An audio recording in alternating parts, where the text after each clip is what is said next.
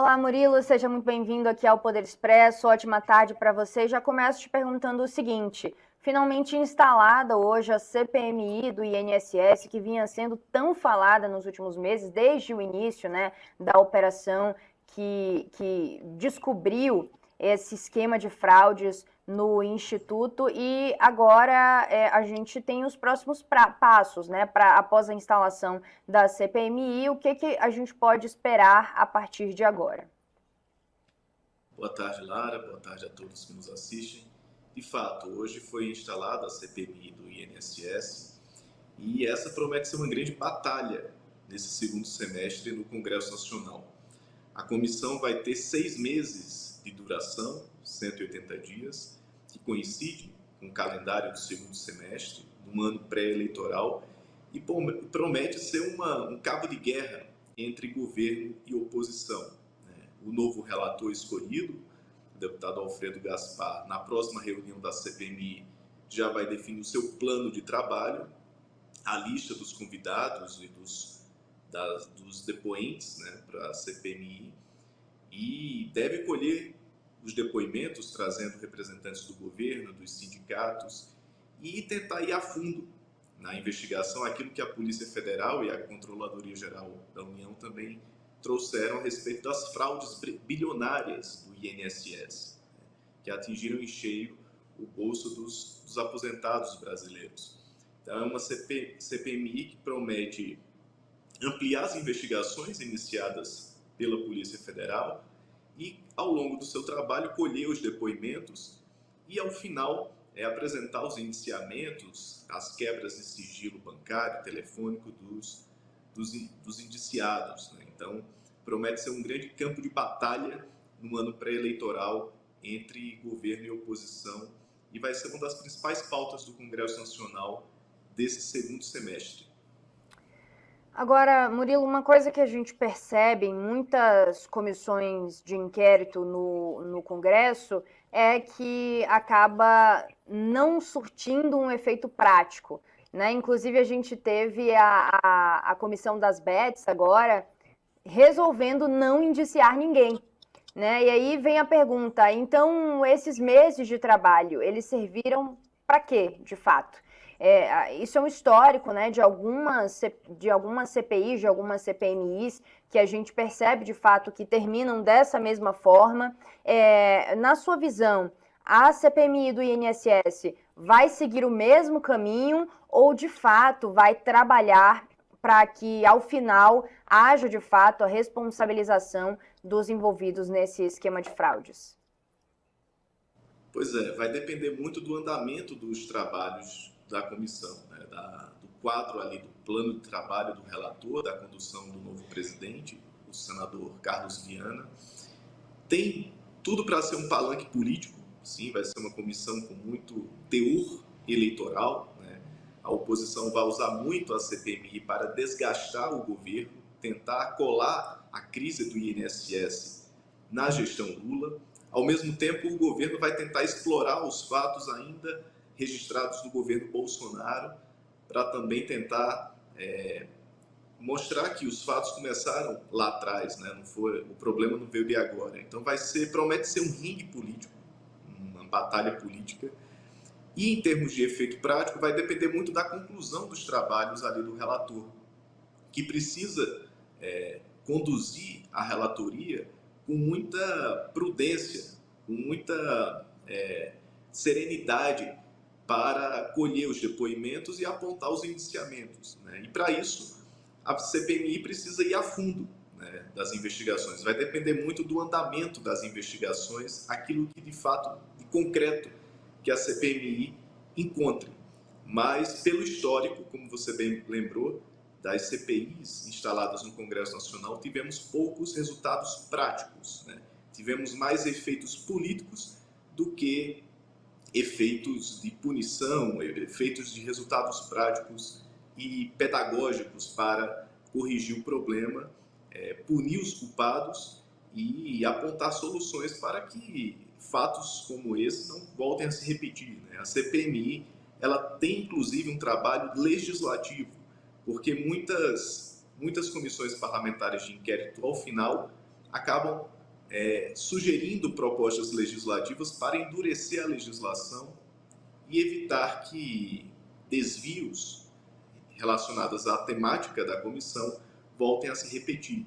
Isso ocorreu com a CPI da pandemia, com a CPI das ONGs, dos Correios, lá atrás, e essa promete ser mais uma CPI marcante na história do Congresso Nacional, tal como foi a CPI do Mensalão lá atrás, dos bingos, uma CPI em ano pré-eleitoral que vai conduzir muito, inclusive, a disputa em 2026. Promete ser uma arena política para 2026.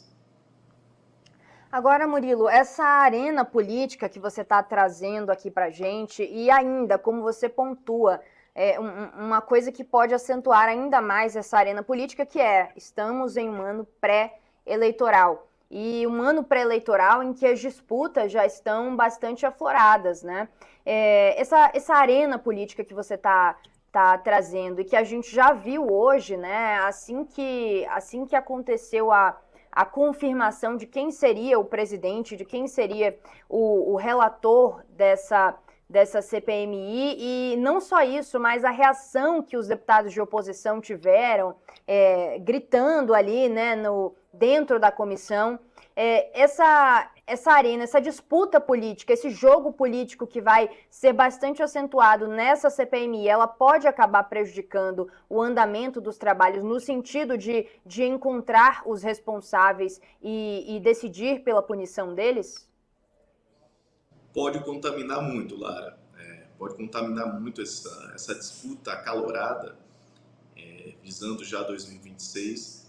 Pode contaminar os depoimentos, pode enviesar o trabalho, inclusive, da presidência da comissão, da relatoria. E, ao final, pode ser uma CPI que termine em pizza, como do jargão político que costumamos usar, né? Mas, por mais que ela termine em pizza, não tenha resultados práticos, ela vai ter um efeito político muito simbólico, né? De mostrar essa disputa antecipada da eleição na CPMI do INSS. E essa CPMI ela pode ser usada tanto pelo governo, né, que pode tentar explorar os fatos da gestão anterior, como pela oposição, que vai tentar colar a imagem do governo Lula nessa crise, né, inclusive tentando ampliar o teor da investigação, e o relator pode fazer isso junto com o presidente da comissão, para tentar, por exemplo, o irmão do presidente Lula, o Frei Chico, que é muito citado nessa crise, pode ampliar, inclusive, para figuras próximas ao presidente da República. Então, todo esse ambiente conflagrado que já vivenciamos hoje na instalação da CPMI pode prejudicar o andamento dos trabalhos da comissão em termos práticos, mas em termos políticos vai ter uma relevância muito grande, porque, como vai ser muito noticiada pela imprensa, pelas bases eleitorais dos parlamentares, alguns parlamentares, e sobretudo de baixo clero, acabam utilizando a CPMI para se projetar politicamente, né, para 2026, até em busca de sua reeleição. Muitos deputados e senadores acabam utilizando a CPMI para colocar seu nome na arena política, e para isso criando conexão com suas bases eleitorais. Agora, Murilo, falando sobre a imagem, vamos falar dos dois, do presidente do Senado, Davi Alcolumbre, e do presidente da Câmara dos Deputados, Hugo Motta, como fica a imagem deles pós-instalação da CPMI do INSS. Primeiro, falando sobre o Hugo Motta, ele vinha já de um enfraquecimento, né, na sua imagem política, no seu poder ali à frente da Câmara dos Deputados, desde a obstrução, que a gente tratou aqui bastante no programa. Ele tentou fazer com que a obstrução fosse cessada, né, com que houvesse a desocupação da mesa diretora, para que houvesse, então, a sessão plenária, né, a Câmara estava 2 dias sem nenhuma sessão plenária justamente por causa dessa ocupação, e o ex-presidente da Câmara, Arthur Lira, reuniu então líderes, reuniu a oposição e conseguiu em poucas horas ali resolver essa situação de primeiro momento, ali a situação imediata, para que a sessão, então, fosse realizada depois de 2 dias. Hugo Mota, de fato, saiu com a imagem enfraquecida desse episódio. A oposição bateu muito, criticou muito o presidente da Câmara dos Deputados.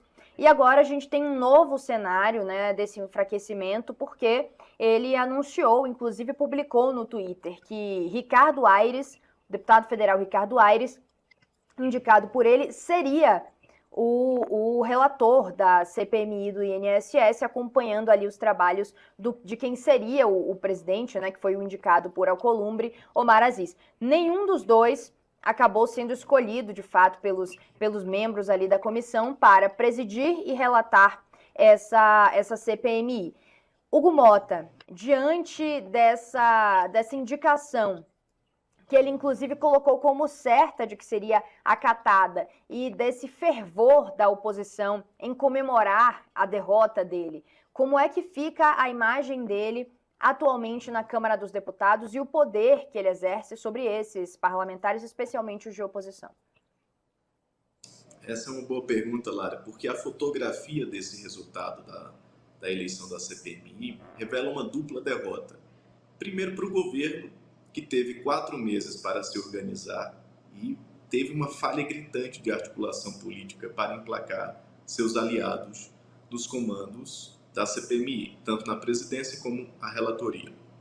E o segundo, uma derrota clara também do presidente da Câmara, Hugo Mota, que chegou a anunciar publicamente nas redes sociais que o deputado Ricardo Aires, do Republicanos de Tocantins, seria escolhido o relator.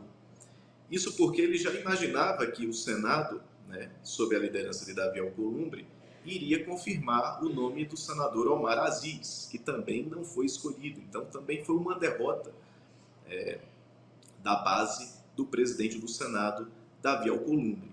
A imagem de Hugo Mota, que já foi um pouco desgastada, maculada na obstrução que a oposição fez aos trabalhos da Câmara quando ocupou o plenário, né, da Câmara, mostrou ali já um enfraquecimento de sua liderança interna da casa, já que foi Arthur Lira que foi o grande artífice para a desobstrução ali da casa, né? Então o Hugo Mota já mostrou ali perder um pouco do bonde de sua liderança naquele processo. E esse fato aprofunda ainda mais esse desgaste do presidente da Câmara.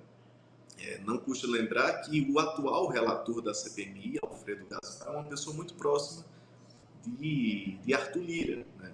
É um parlamentar de Alagoas, do União Brasil, e como um todo, essa derrota da cúpula do Congresso, da presidência do Senado e da Câmara e também do governo, tem as digitais também dessa nova federação, ou dessa superfederação partidária, que foi confirmada ontem do União Brasil com o PP. Grande parte dos parlamentares dos dois partidos que compõem a CPMI votaram contra as indicações do Planalto e também do presidente da Câmara e do Senado. Então, sem dúvida alguma, coloca em xeque, mais uma vez, o resultado dessa CPMI e a liderança do presidente da Câmara, Hugo Mota, que internamente já tem feito algumas mudanças na estrutura administrativa da casa para tentar recuperar sua liderança interna da casa, mas o fato de hoje foi mais um baque, né, no seu poder de influenciar o processo decisório da casa, né? E o próprio também, a derrota do senador Omar Aziz também foi muito contaminada por essa disputa em torno do impeachment do ministro Alexandre de Moraes. O senador Carlos Viana, que é do Podemos de Minas Gerais, foi um dos principais defensores ali quando ele assinou o pedido de impeachment de Alexandre de Moraes. O senador Omar Aziz, muito aliado de Davi Alcolumbre e um ferrenho defensor do Planalto, e também da atuação do ministro Alexandre de Moraes, acabou sendo derrotado nessa votação. Um claro recado também do Congresso para o presidente do Senado em relação a essa conjuntura política, né?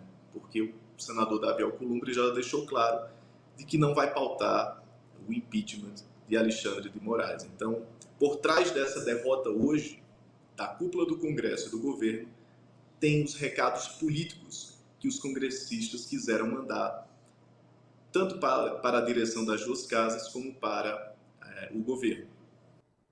Murilo, para a gente encerrar, ainda pegando o gancho sobre Alcolumbre, para a gente falar um pouco mais dele, porque no Senado a gente tem uma situação muito diferente da Câmara dos Deputados. Primeiro, porque são ambientes muito distintos, de fato, né? O Senado tem uma cordialidade muito maior ali entre os seus parlamentares do que na Câmara dos Deputados, e também porque se trata ali de dois presidentes com características parlamentares muito distintas. Hugo Mota, ele foi um nome que surgiu muito depois de muita conversa, para que fosse um parlamentar que pudesse agradar a oposição.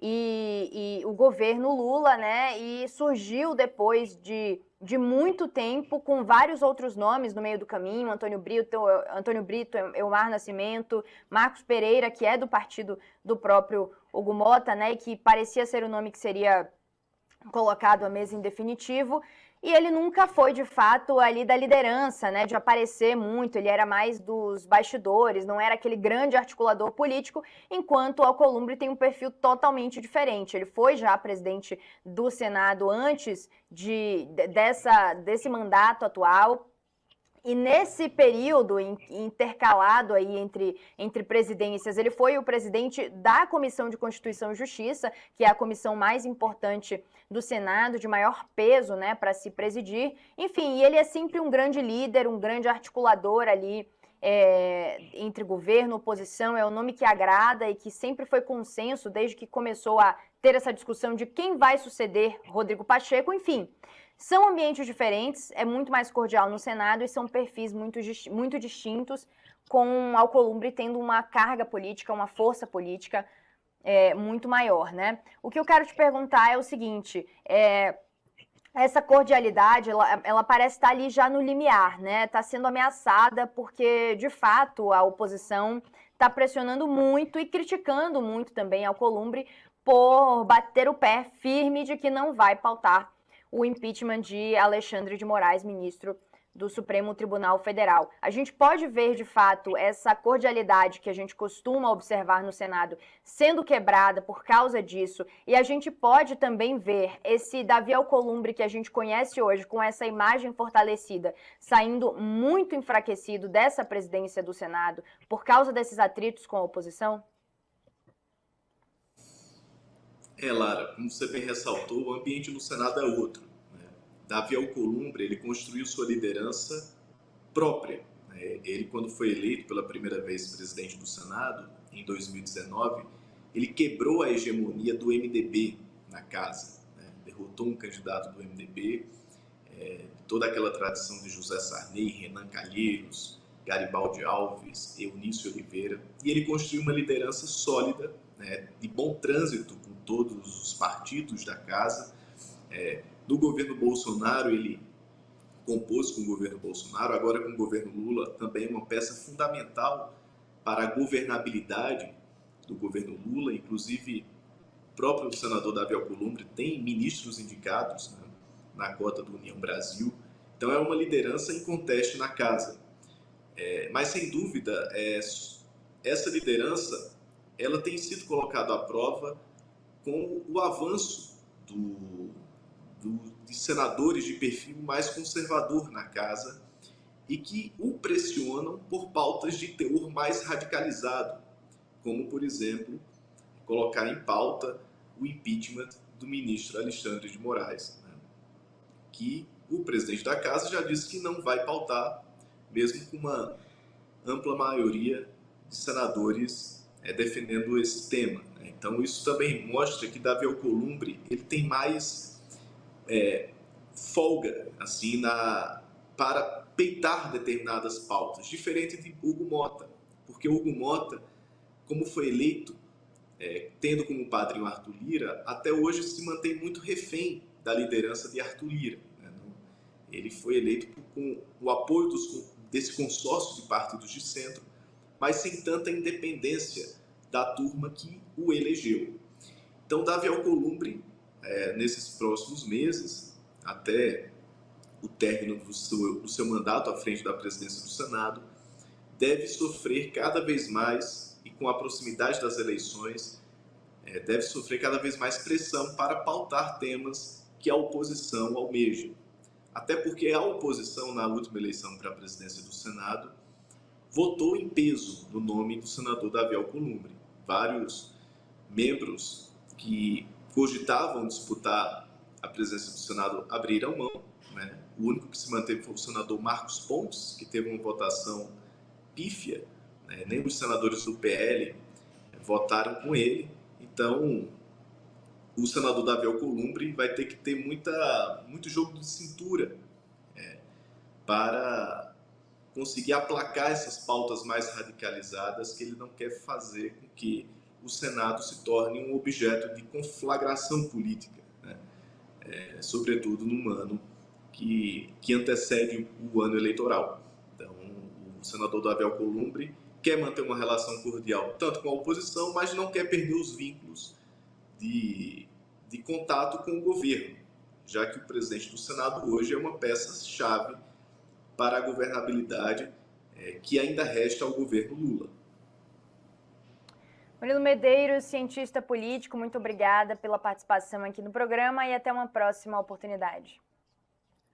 Obrigado, Lara. Boa tarde a todos.